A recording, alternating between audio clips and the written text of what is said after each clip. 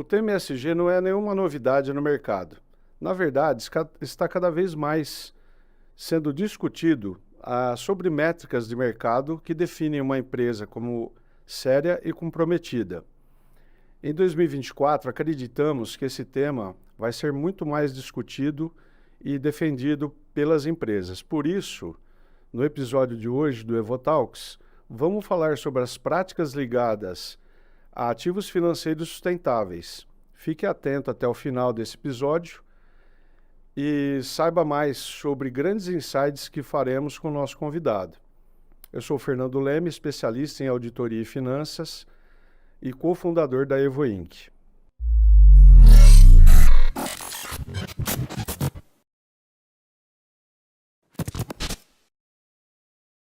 Eu sou Mariano Soares, gerente de auditoria e sócio na Evo Inc.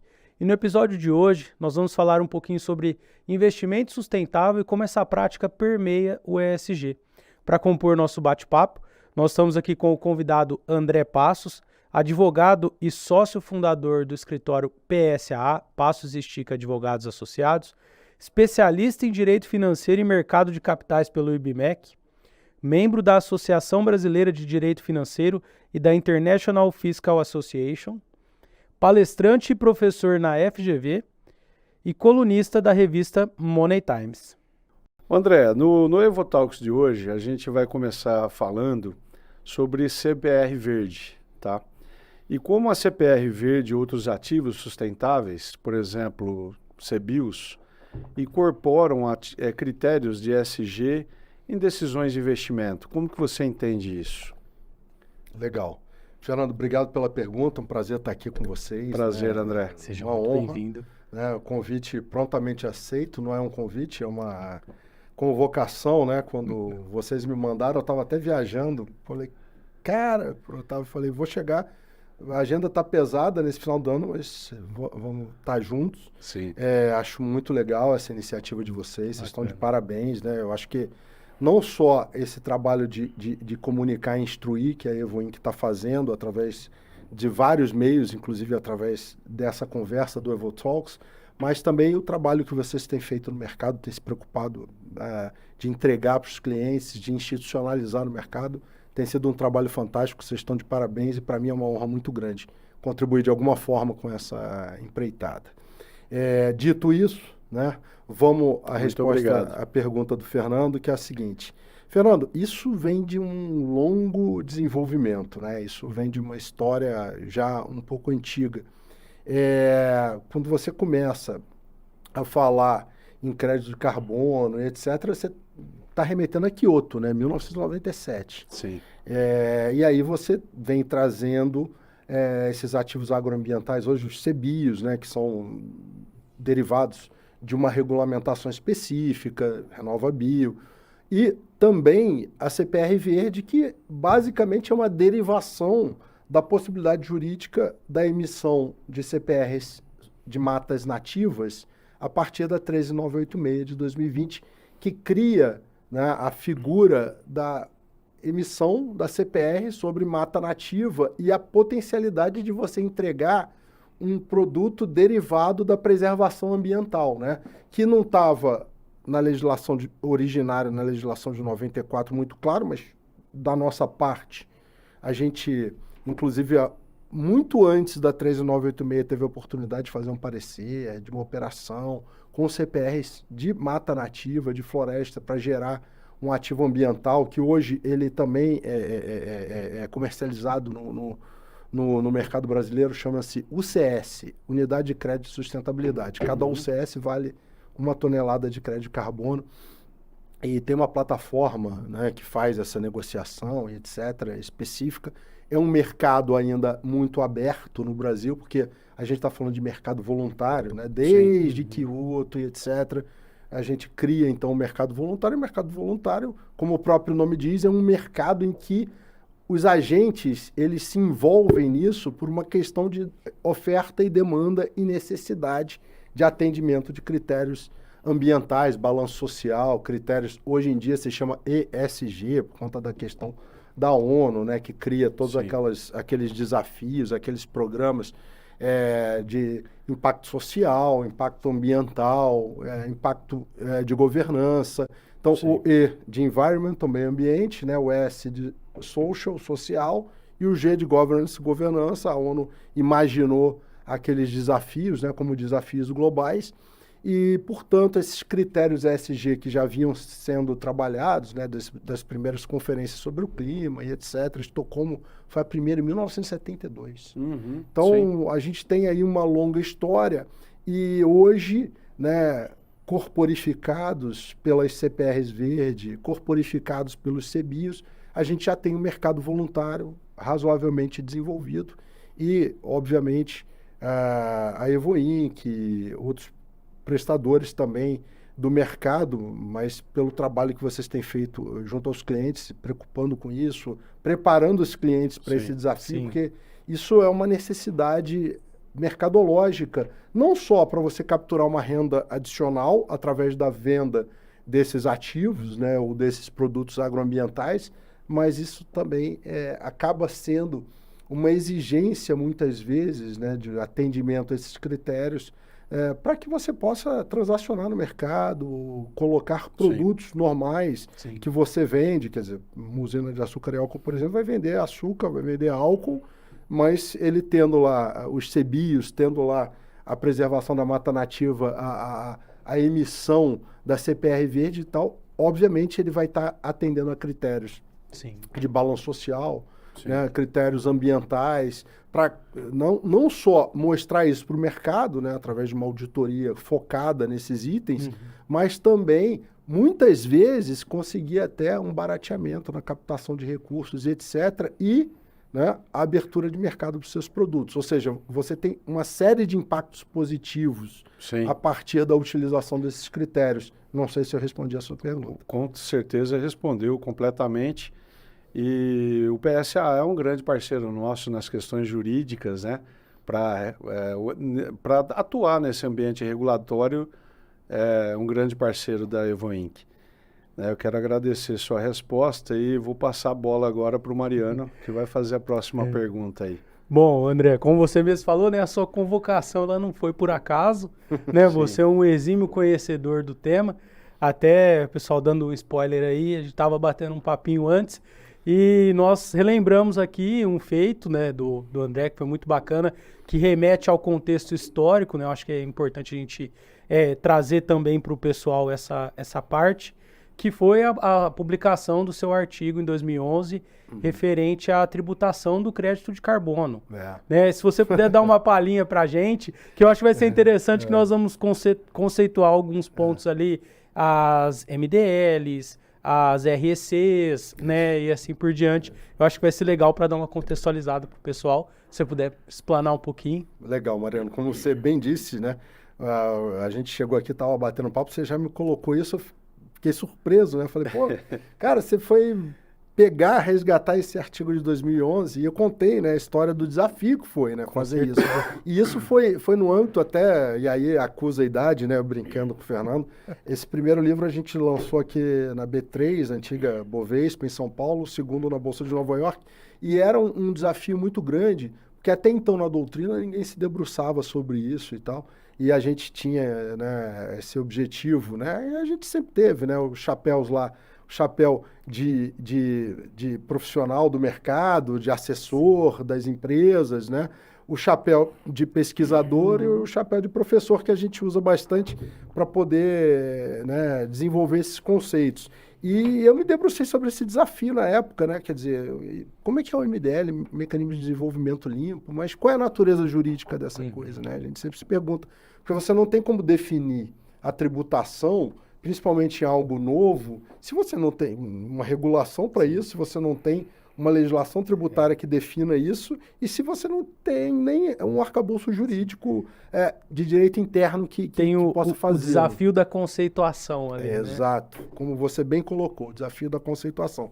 E aí a gente se debruçou sobre isso, e na época tinha basicamente um livro sobre isso, a gente até comentei com você, de um professor chamado Marcelo Abelha, e ele caracterizava e ficava na discussão se crédito de carbono era mercadoria ou se crédito de carbono era serviço.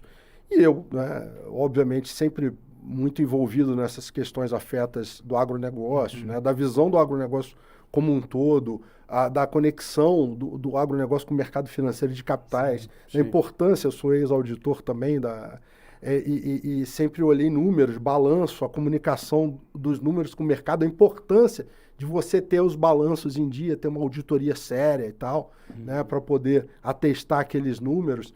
E eu fiquei olhando para aquilo e falei, não, isso daí, né, tem uma característica de serviço, tanto que a gente está se preocupando com isso aqui no EvoTalks, né, que vocês são exímios prestadores de serviço, gente de competência, fazem auditoria, consultoria, né, a Evoinc tem feito um trabalho belíssimo, eu falei isso aqui para vocês, e o fato é que tem toda uma gama de serviços de obrigação de fazer, de desenvolvimento, de certificação, de verificação de processos, né, controladoria, né, tudo aquilo que vocês, né, estão carecas de saber do dia a dia de vocês, mas que muitas vezes na ponta lá de quem quer emitir, do cliente, o cara não se atenta muito para isso.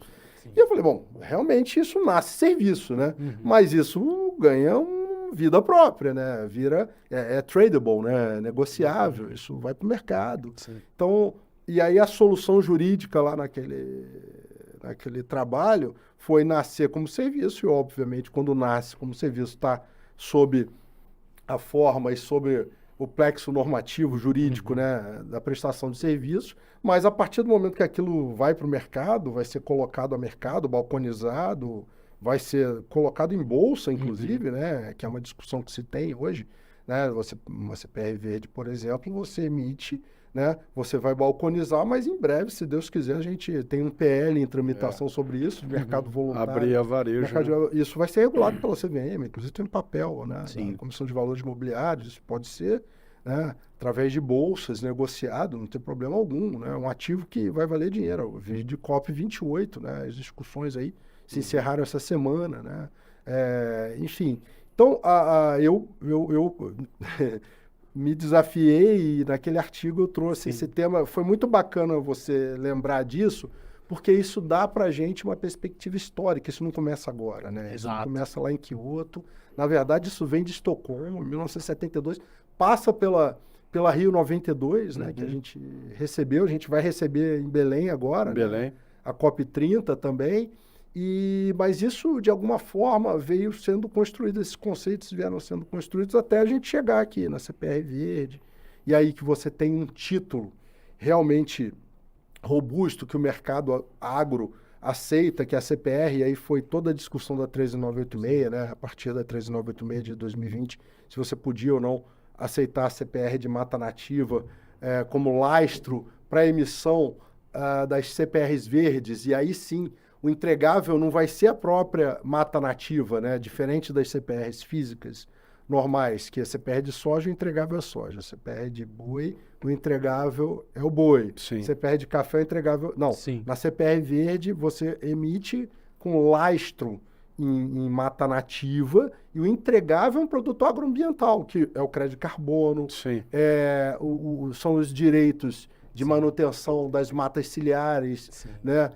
São os direitos de biodiversidade, etc. Tudo isso que pode ser medido e atestado através de uma certificação própria, que obviamente vai ser uma certificação que vai, de alguma forma, atentar para esses critérios ESG em todos os aspectos, né? Do E de environment, de meio ambiente, quando você está falando em preservação de mata, você está falando em conservação de biodiversidade, por exemplo, mas também no S, quando você fala de manutenção de comunidades originárias, quando você fala em direitos de paisagem, um barato, porque a CPR Verde fala até que você pode emitir e dar valor a direitos de paisagem, né? Porque você manter a mata nativa em determinado lugar, você tem um entregável ali, né?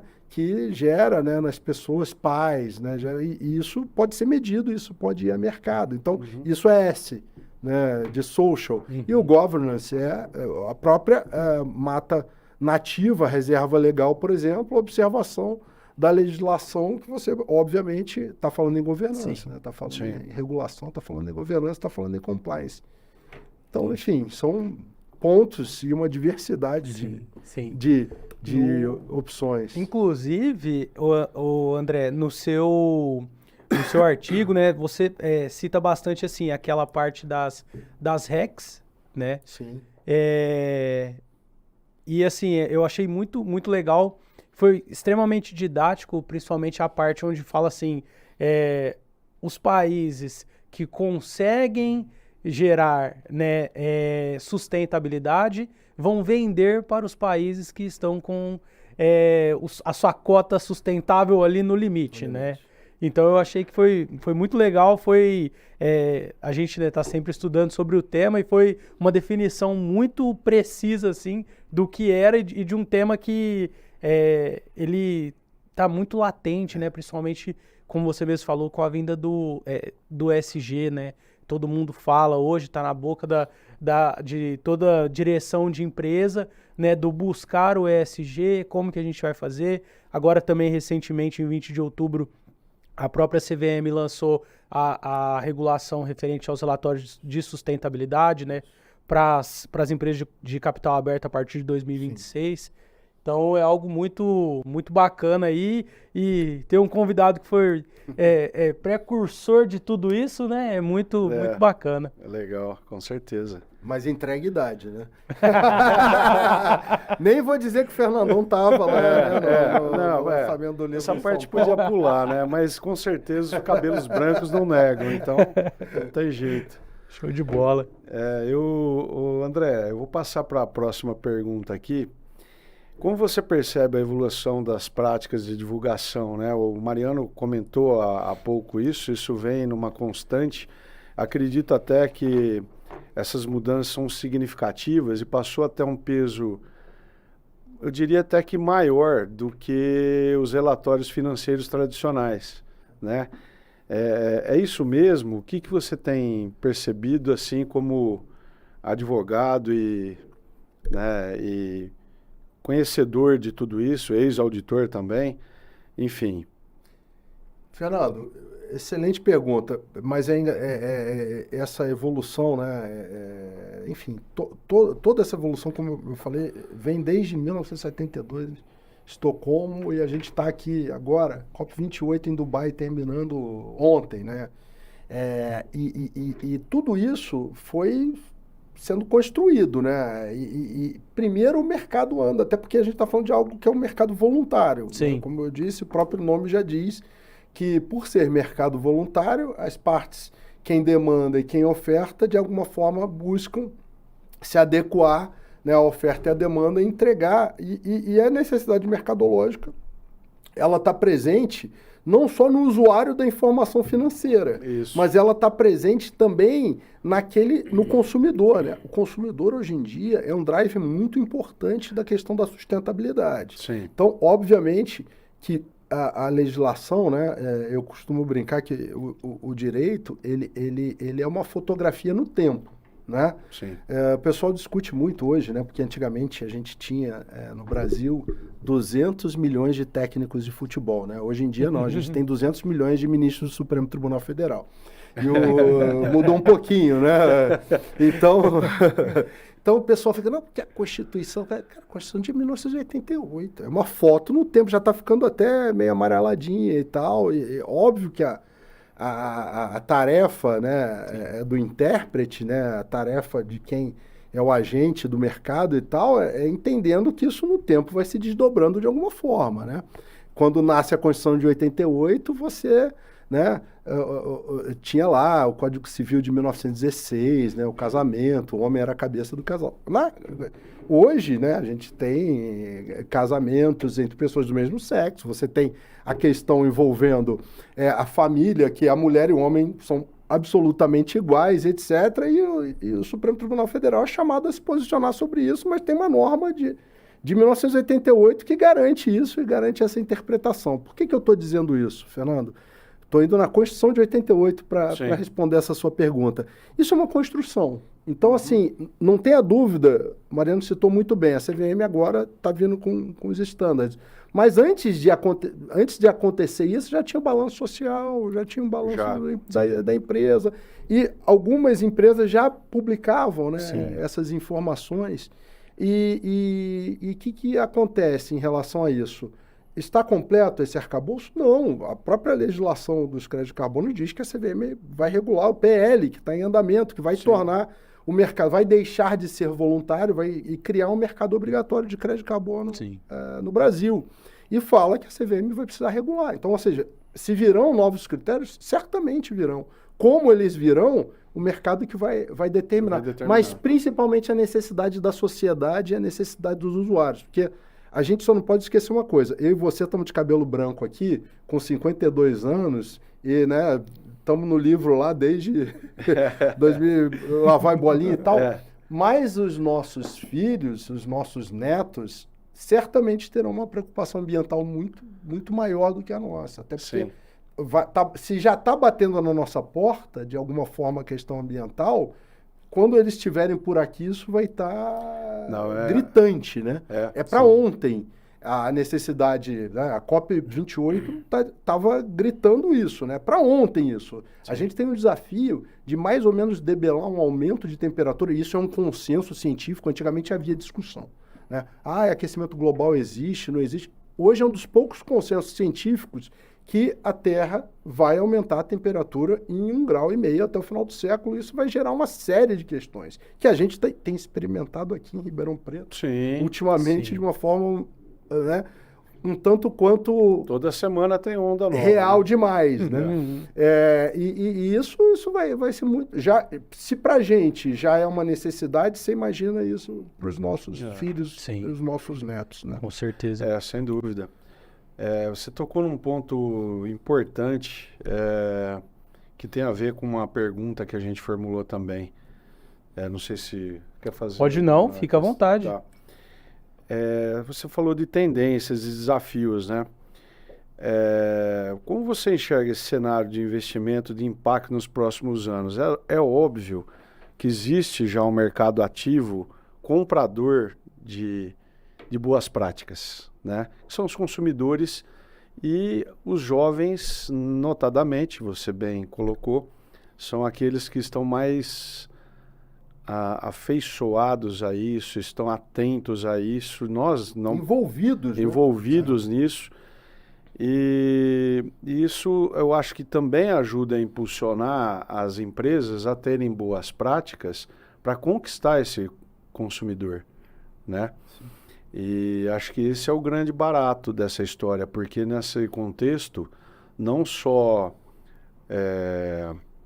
o verde vai vender, né? O socioambiental, o socialmente correto vai vender bem, boas práticas do governança, enfim. Compliance, né? O atendimento às leis, né? Exato. Então, eu acho assim que existe uma mudança de mentalidade que está mais enraigada, né, na sociedade mais madura.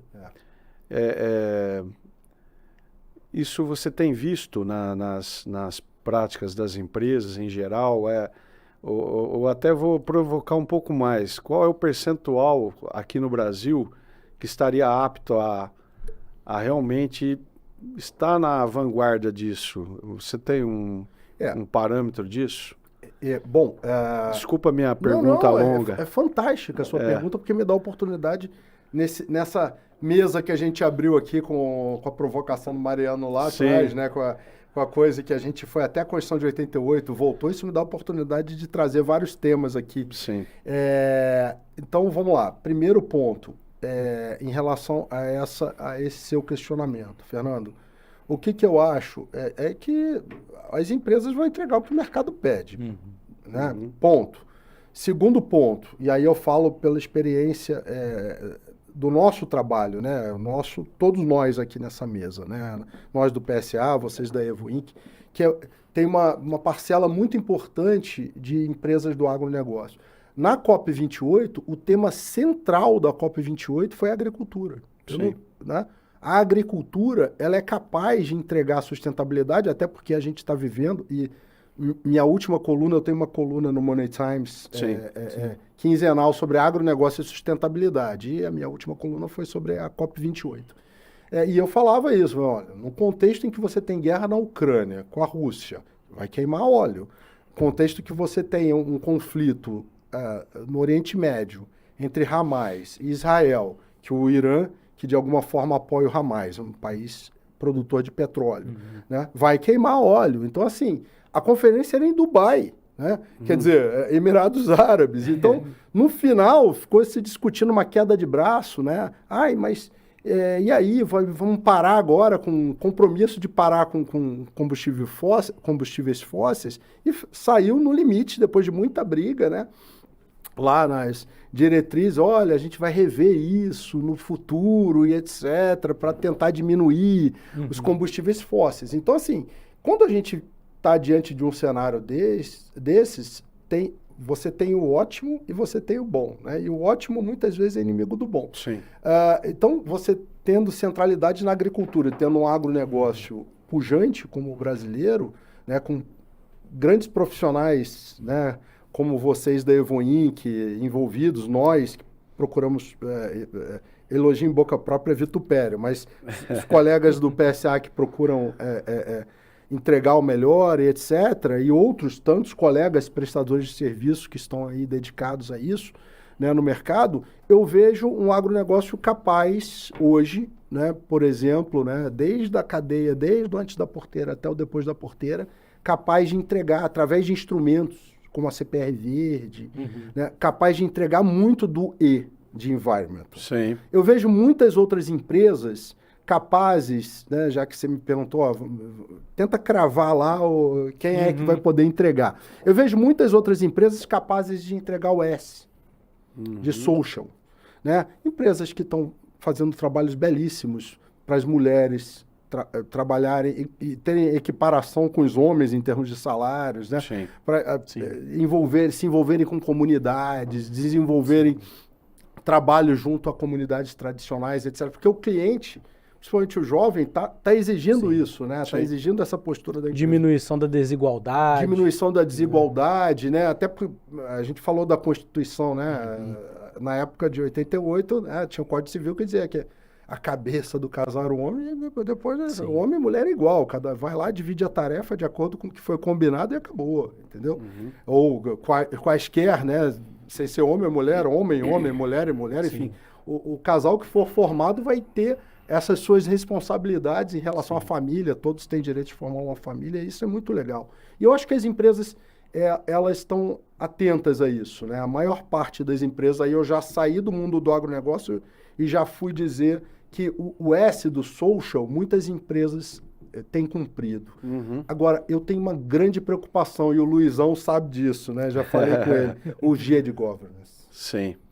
Cara, eu não vejo as empresas hoje capazes. Eu acho que talvez o maior trabalho, né? De novo, o ESG, o E de Environmental, a gente tem uma agricultura pujante, tem respeito ao meio ambiente, tem o CAR, tem a CPR Verde, tem todo um controle para isso e tal. Isso você entrega rápido, né? Faz o relatório de sustentabilidade, agora com a regulação do balanço, etc. Agora, o G de Governance infelizmente, as pessoas ainda não se atentaram para a importância desse G. Seja sob o aspecto do compliance, que muitas vezes deixa a desejar nas empresas, atendimento, registros, atendimento. Vocês sabem se vocês vão auditar, deixa eu ver esse balanço. Pô, legal, hein? Você tem um monte de imóvel, deixa eu ver a escritura aqui. Aí tá lá aquele penduricalho lá na escritura, né? Isso, mas quando isso tá assim? Tá desde 1970, ninguém mexeu nisso, porque o fundador... É coisa antiga, é coisa antiga. O que a gente mais escuta é isso é de antes de eu entrar aqui na empresa, do antigo contador ali, da antiga direção, é coisa... Exato. E aí, lei de acesso à informação, Código do Consumidor, governança, se tem conselho, se não tem conselho, quem é que assina para a empresa, procurador A, B, C, né? Essas coisas mais básicas. Sem sucessão. Sucessão. Então, muitas vezes a gente encontra um legado fantástico sendo criado, né? Sendo que a segunda, terceira ou quarta geração que está mais à frente dos negócios não tem a mesma pegada daquela que vinha antes, né? Como você garante a perenidade disso no tempo? Sim. Então, eu tenho certeza que foi uma provocação que o Luiz Baggio fez, né, em relação a esse tema, e a gente acaba explorando, mas eu concordo com você. Essa questão da governança e da sucessão podem, se não bem conduzidas, né, trazer ao fracasso do negócio como um todo, né, a qualquer companhia. Os negócios no Brasil ainda estão muito centrados na figura do fundador, né? Sim. E o fundador Sim. não gosta de governança. Exato. Exato. Não, eu que defino, eu que mando e não precisa de governança. Precisa de muito treino, de muita conversa, etc., para o fundador entender isso. Né? E ele precisa entender que ele também não vai ficar para a semente. Exato. Que é a sucessão, né? A gente tem visto isso, inclusive, amplamente discutido em novela aberta, né? Sim. No Brasil. Sim. E isso é interessante.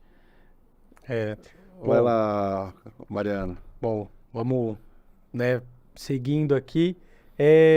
Com o crescimento do mercado, né, das finanças verdes, como que você consegue enxergar, assim, André, que os investidores, eles estão se posicionando com essas oportunidades aí do mercado verde? Mariano, os investidores, eu tenho um artigo, logo que vem a CPR Verde, etc., eu falo em 4 desafios, para a gente poder superar isso, né? E aí eu brinco, né? Ovo a galinha, né? Então, primeiro você precisa da questão normativa. Segundo, você precisa da educação, né? Que é o que a gente está fazendo aqui, né? Procurando trazer conceitos. Sim. Eu estou usando um pouco o meu chapéu de advogado, né? De experiência na estruturação dessas operações, mas estou usando também meu chapéu de professor aqui, né? Para colocar algumas questões de pesquisador. Então, a educação é o item-chave, treinamento, ou seja, você precisa treinar as pessoas a aferirem sustentabilidade, a entenderem esses critérios. E sustentabilidade num conceito amplo, viu? Sim. Sustentabilidade não só com relação ao meio ambiente, mas com relação à continuidade da empresa, à governança, à sucessão, porque a sustentabilidade é o que faz o negócio no tempo se perpetuar, né? Exato. Então, um desafio da educação, né, do treinamento. E aí você tem o desafio da estratégia, né, que é o desafio da gestão, né, de quem está gerindo a empresa e caminhando nesse. Então, o desafio da regulação, o desafio da educação, o desafio da gestão e o desafio do usuário da informação, do mercado, né? Aí é o ovo a galinha, né? Você, a partir do momento que você treina, você cria percepções, você cria o mercado. Mas enquanto você não faz isso, você não vai ter gente investindo. Então, assim, quanto está o crédito de carbono? $170 a tonelada? Então, tá caro ou tá barato? Não sei. Né? Hoje eu estava conversando... Vai depender da necessidade de quem está comprando. Exato. Eu estava conversando com um cliente que é uma empresa de estruturação de CPR Verde, né? Que a gente fez uma reunião, ele me ligou, estava até a caminho, e eu falei... Cara, tá barato, porque agora vai sair a COP28, a gente acessando os mercados e tal, isso tá barato. Eu falei, bom, e aí, qual é a percepção do investidor? Né? Ele é um ofertante. Sim. Eu também acho, né? Mas qual é a percepção do investidor? Então, assim, eu acho que a percepção do investidor, e aí já respondendo a sua pergunta, por isso que eu passei por isso, dos 4 desafios, né? Eu acho que a percepção do investidor é uma percepção cada vez melhor. Obviamente, você tem alguns gargalos. Por exemplo, essa discussão de hoje, né? Mas se não for certificado pela Verra, o ativo não tem mercado internacional. Não tem, porque a Verra foi homologada pela ONU, e aí as empresas, por exemplo, aéreas da Europa, que precisam compensar as emissões, etc., só estão comprando o o ativo certificado pela Verra. E a Verra tem capacidade de entrega de todas as demandas, a gente acabou de falar, COP28, questão do combustível fóssil e tal, o mundo vai precisar compensar muito rápido. Sim. Vai ter capacidade de entregar? Não. Então, assim, que certificações vão entrar? Esse ativo especificamente estava sendo certificado pela SGS. Né? Não estou fazendo merchan de ninguém aqui, é uma certificadora internacional. Né? Tem um outro ativo no mercado que está sendo certificado pela Bureau Veritas. Né? Então, assim, elas têm acreditação ou não, mais ou menos do que a Verra? Igual. Sim. Depende do mercado que... Exato. E quando que o mercado vai aceitar isso? Vai depender da demanda. Sim. E essa demanda está sendo, né, colocada diante do mercado. Então, assim, eu, né, tenho uma visão hoje que, para o investidor, o copo ainda tá meio cheio. Né? Ou seja, o preço do ativo está incipiente e isso vai ao mercado. Sim. Quando isso virar, por exemplo, no Brasil, mercado obrigatório, for regulado pela CVM, etc., etc., isso daqui vai ter uma demanda absurda. E aí não vai ser só certificação de Verra, vai ser várias certificadoras, vão ter novos negócios nessa cadeia. Só para vocês terem ideia, quando do lançamento do decreto da CPR Verde, né, o governo na época fez uma mini live, né? Estava lá o assessor do Ministério do Meio Ambiente, na época, e estava lá o assessor do Ministério da Agricultura. Eles falaram no mercado de 30 bilhões, na época do lançamento. Era a expectativa do governo. Hoje você não tem 30 bilhões de CPR Verde. Você tem 17 bilhões de Fiagro Sim. no mercado. Ou seja, o copo está meio cheio mesmo. Né? Então... Respondendo a sua pergunta, eu olho esse mercado como um mercado imenso, entendeu? Imenso. E que vai depender muito desses 4 fatores, né? E, obviamente, das empresas como a Evo Inc., por exemplo, de olharem para os clientes com esse know-how e poder ajudá-los a chegar na ponta da oferta bem. Porque... vai ter a ponta da demanda. Sim. A ponta da demanda tá sendo provavelmente internacional. Aí eu vou voltar para o meu artigo lá da Divisão Internacional do Trabalho, que você lembrou muito bem. Kyoto reflete, na verdade, a divisão entre países ricos e países pobres. E quem é que vai produzir sustentabilidade para os países ricos poderem compensar? Os países... Em desenvolvimento. Em desenvolvimento, exato. Sim. E até pegando um gancho aqui, André, eu e o Fernando, a gente estava olhando esses dias para trás alguns balanços aí auditados e eu vi uma tendência, né, de várias usinas da diminuição de CBIOS. Tipo assim, de 2020 para 21, para 22 e agora para 23, essa diminuição. E o CBIOS, como você mesmo falou, ele é uma unidade nacional vinda do RenovaBio. Acabou. Né? E será que talvez com essa questão da COP28 aí, e como você mesmo falou, esqueci o nome da VER, né? Verra. Com essa questão da internacionalização, será que vai ser uma tendência nacional também das empresas brasileiras migrarem para esse crédito internacional? Então, um dos desafios é o desenvolvimento dessa oferta, né? Desse mercado, e o desenvolvimento, voltando lá ao artigo dos 4 desafios. E um deles é o desenvolvimento da métrica. Então, hoje, por exemplo, a metodologia Verra, né, de medição, ela está muito afeta a países não tropicais, etc. Então, hoje a gente tem cultivares de cerrado, a gente tem café, açúcar e álcool, e etc., que a gente consegue, de alguma forma, mensurar esse impacto. Os CBIOS são um exemplo disso. Mas que fica no âmbito doméstico do RenovaBio. Eu acho que grandes instituições, como a própria Fundação Getúlio Vargas, através do Observatório de Bioeconomia, desenvolvem hoje metodologias para essa medição. A medição do impacto ambiental, a medição da captura de carbono. Tem o ILPF, Integração Lavoura, Pecuária, Floresta, que vai ter uma medida.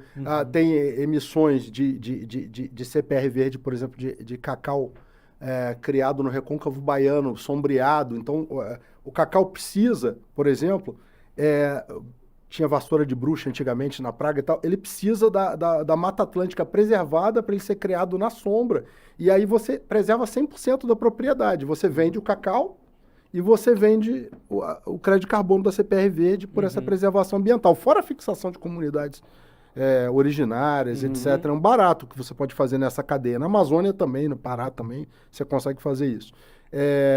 De tal forma que, muitas vezes, a floresta em pé, né, vai gerar produção agropecuária e vai gerar também entregáveis ambientais e vai fazer com que ela seja muito mais valiosa, na minha visão, tá? Lá na frente, em pé do que derrubada, a despeito de tirar a reserva legal ser um direito potestativo do dono da propriedade, né? Ou seja, ele pode tirar até o montante da reserva legal, né? Mas todo esse mercado vai incentivá-lo a manter e criar técnicas de produção utilizando a floresta. O ILPF é um desses. Aí tem a carne verde da Embrapa. A Embrapa está tentando desenvolver a soja verde, enfim. Então, se você olhar sobre esse aspecto, né, dessas operações, etc., a tendência é que, ao desenvolver métricas, você consiga, então, tropicalizando essas métricas, superando o desafio da educação, o desafio de desenvolvimento técnico das empresas, né, que é um dos 4 desafios, você vai conseguir entregar isso e vai conseguir dinamizar o mercado de CBIOS e vai conseguir internacionalizar esses entregáveis, esses produtos agroambientais. Eu tenho me dado alguns desafios, né, na qualidade de professor, de pesquisador e de operador, né, do mercado do direito, e eu desde que veio a CPR Verde, eu falei, não, que negócio é esse? Ele não pode entregar a mata nativa. O que ele entrega? Então, ele entrega um produto agroambiental, né? Como vocês gostam de tributação, até num dos artigos da agroanálise que a gente colocou, eu falo sobre isso. Eu falo, olha, e como é que se tributa isso, né? Já que a gente toda vez se debruça sobre isso e precisa resolver, né? Como é que se tributa no livro caixa da atividade rural? É um produto rural. Para o produtor rural, a venda é um produto agroambiental, né? A venda do crédito de carbono da CPR Verde, olha que interessante então, aí ele vai ter 2 vieses. Esse resultado, essa receita, se tributa como se fosse produto rural, seja produto rural CNPJ, né, que é a pessoa jurídica, seja produto rural pessoa física, e para quem comprou no mercado, é um ativo financeiro, né? Então, voltando em 2011, você consegue resolver essa equação a partir daqueles conceitos, até hoje. De bola. Perfeito. Nesse bojo todo, né? Acho que vale a pena a gente falar rapidamente da evolução que foi o FIAGRO, né? Para fins tributários, inclusive. Não deixa de ser um belo planejamento, mas eu não queria explorar muito isso nesse momento. Eu acho que é até tema de um novo Evotalks aí que a gente pode fazer. Opa! Né? Vambora. Acho que tem questões relevantes aí para serem tratadas, mas com foco no financiamento, né? Dessas atividades todas levadas ao mercado. Mas, André, eu queria te agradecer infinitamente aqui a sua presença. Agregou demais, né? Trouxe insights, com certeza, extremamente bem colocados, né? E de grande valor para as empresas, para o mercado em geral, né? Para quem é consumidor, investidor, né? Desse mercado que está atento aí às possibilidades de investimento também. Então, é um grande prazer recebê-lo aqui e, por favor, volte mais vezes. A honra é toda minha. Para nos brindar aí com esse conhecimento todo, né? É um grande prazer para a Evoinc isso, a sua presença aqui. Prazer é todo meu, Mariano, Fernando. Vocês são, além de tudo, grandes profissionais, que eu sou fã de vocês. Tenho um orgulho muito grande de poder ser parceiro de vocês, né? De poder Sem dúvida. ter essa parceria. E para mim foi uma honra muito grande esse bate-papo aqui. A gente está sempre à disposição. Obrigado. Muito obrigado. O espaço é seu. André. E a você que nos acompanhou até o final desse episódio, muito obrigado. Não se esqueça de inscrever-se em nosso canal, ativar as notificações. Com certeza terão insights valiosos que poderão agregar muito a você e ao seu negócio. Até a próxima.